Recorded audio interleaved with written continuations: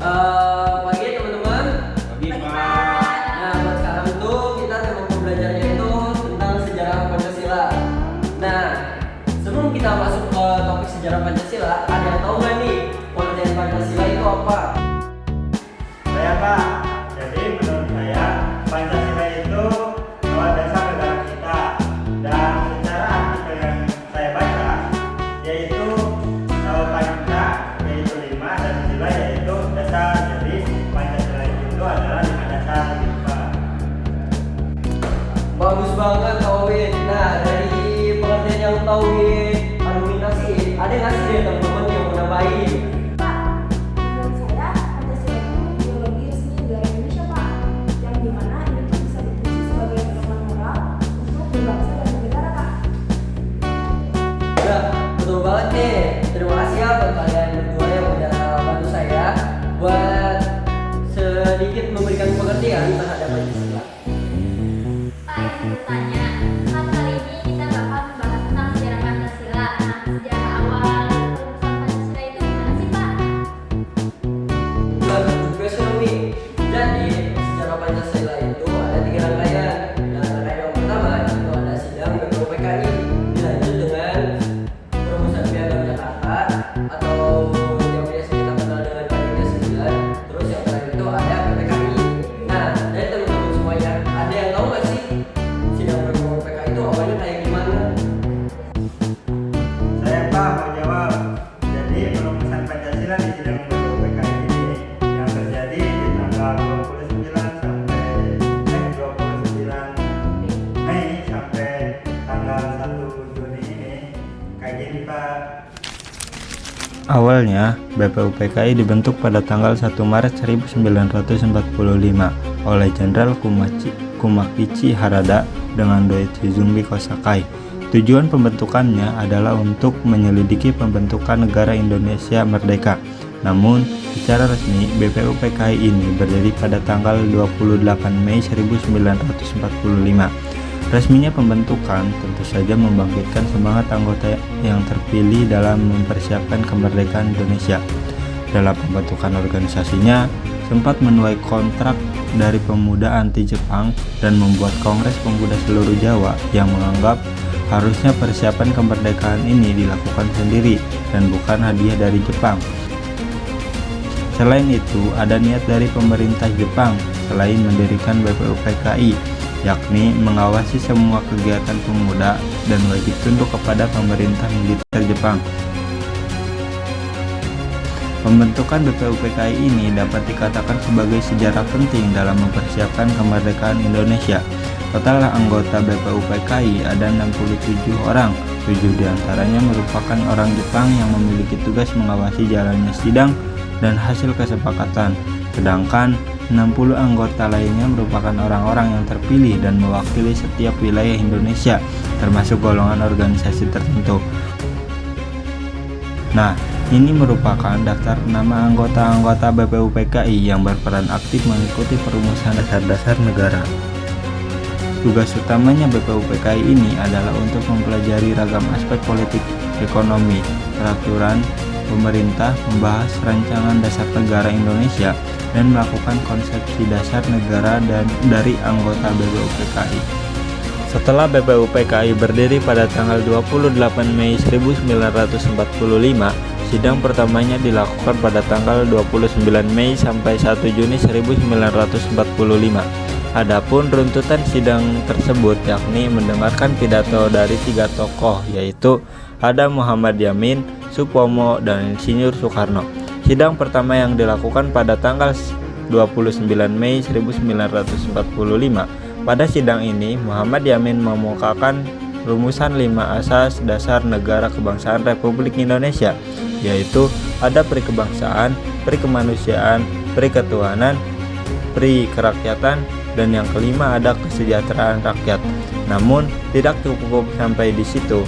Sidang dilanjutkan pada tanggal 31 Mei 1945, di mana pada sidang ini Supomo mengemukakan 5 prinsip dasar negara yang dinamakan dengan Dasar Negara Indonesia Merdeka, yaitu ada persatuan, kekeluargaan, mufakat dan demokrasi, musyawarah, keadilan sosial. Kemudian sidang dilanjutkan pada tanggal 1 Juni 1945, di mana Insinyur Soekarno mengemukakan 5 dasar negara Indonesia yang dinamakan oleh Pancasila.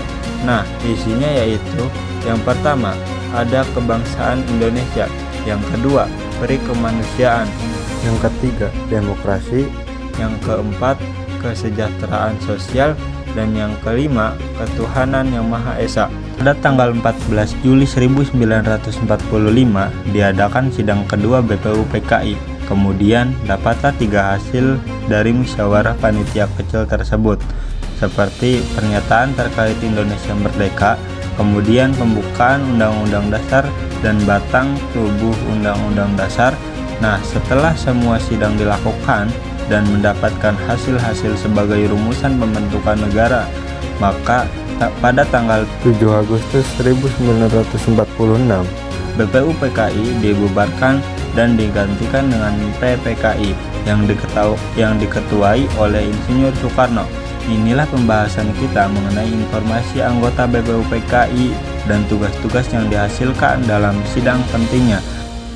Oke, Towi, jawabannya bagus banget. Nah, lanjut ke pertanyaan selanjutnya. Ada yang mau jawab nih tentang perumusan Piagam Jakarta? Saya Pak, saya ingin izin menjawab. Piagam Jakarta diselenggarakan pada tanggal 22 Juni 1945. Jadi awalnya gini Pak. Tokoh Perumus Dasar Negara pada tanggal 1 Juni 1945 dibentuk sebuah panitia kecil dalam BPUPKI yang bertugas merumuskan dasar negara Indonesia. Panitia tersebut dikenal dengan nama Panitia 9. Berikut ini susunan keanggotaannya. Yang pertama, Insinyur Soekarno merangkap sebagai ketua. Yang kedua, Dr. Andes Muhammad Hatta merangkap sebagai wakil ketua. Yang ketiga, Alexander Maramis. Yang keempat, Abi Kusno Cokrosuyoso. Yang kelima, Abdul Kahar Muzakir. Yang keenam, Haji Agus Salim. Yang ketujuh, Mr. Ahmad Subarjo. Yang kedelapan, Kiai Haji Wahid Hashim. Yang kesembilan, Mr. Muhammad Yamin. Oke, Esan, jawabannya bagus banget. Nah, buat selanjutnya, Pak, berarti rumusan Piagam Jakarta ini dilakukan setelah sidang BPUPKI pertama dan sebelum sidang BPUPKI kedua ya Pak? nah betul banget Nadia. Jadi setelah sidang BPUPKI yang pertama itu ada namanya perumusan Piagam Jakarta. Nah, setelah perumusan Piagam Jakarta baru dilaksanakan sidang BPUPKI yang kedua. Nah, buat seterusnya kan sidang PPKI nih, ada yang mau bantu jawab nggak? Sidang PPKI.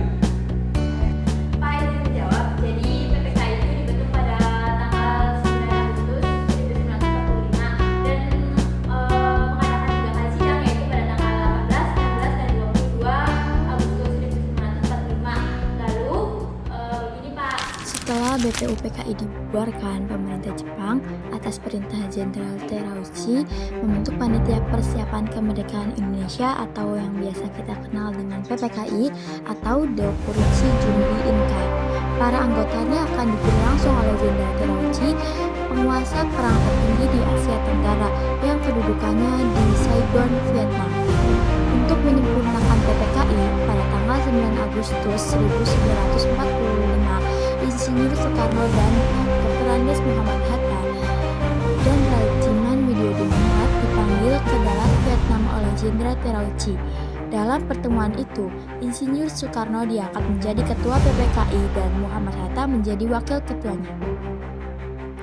Jepang berjanji akan mengesahkan kemerdekaan Indonesia besok pada tanggal 24 Agustus 1945. Jika Indonesia sudah merdeka, wilayah meliputi seluruh bekas wilayah kekuasaan Hindia Belanda. Setelah mereka kembali lagi ke Indonesia pada tanggal 15 Agustus 1945, maka susunan anggota PPKI segera disempurnakan, yaitu 12 orang wakil wakil dari Jawa, 2 orang wakil dari Sumatera, 2 orang wakil dari Sulawesi, 1 orang wakil dari Nusa Tenggara, dan 2 orang wakil dari golongan Cina. Jumlah keseluruhannya ada 21 orang. Sebagai penasihat PPKI ialah Mr. Ahmad Subarjo. Setelah Jepang menyerahkan kepada sekutu, PPKI dijadikan badan nasional dan anggotanya ditambah 6 orang lagi tanpa sepengetahuan Jepang. Dengan demikian, PPKI bukan merupakan panitia pemberian Jepang, tetapi milik bangsa Indonesia sendiri. PPKI telah menjadi badan perwakilan seluruh rakyat Indonesia dan dijadikan wadah perjuangan oleh pemimpin nasional guna mewujudkan kemerdekaan Indonesia. Dengan demikian, pemerintah Jepang berhasil melakukan pengekangan terhadap berbagai kegiatan pergerakan nasional. Namun, mereka tidak berhasil melakukan pengekangan terhadap kesadaran nasional rakyat Indonesia. Nah, bagus banget jawaban dari Umi. Jadi sidang PPKI itu benar yang dikatakan Umi ya, teman-teman. Nah, jadi kesimpulan materi kita pada hari ini, Pancasila itu bukan sekedar hanya teks biasa ya, teman-teman, tapi juga nilai-nilai yang terdapat atau terimplementasikan dari leluhur kita. Yang nilai-nilai itu tuh sebagai acuan untuk kita hidup dalam berbangsa dan bernegara yang baik. Jadi mungkin sekian pemaparan materi pada hari ini. Saya ucapkan terima kasih kepada teman-teman yang sudah hadir di kelas saya. Wassalamualaikum warahmatullahi wabarakatuh.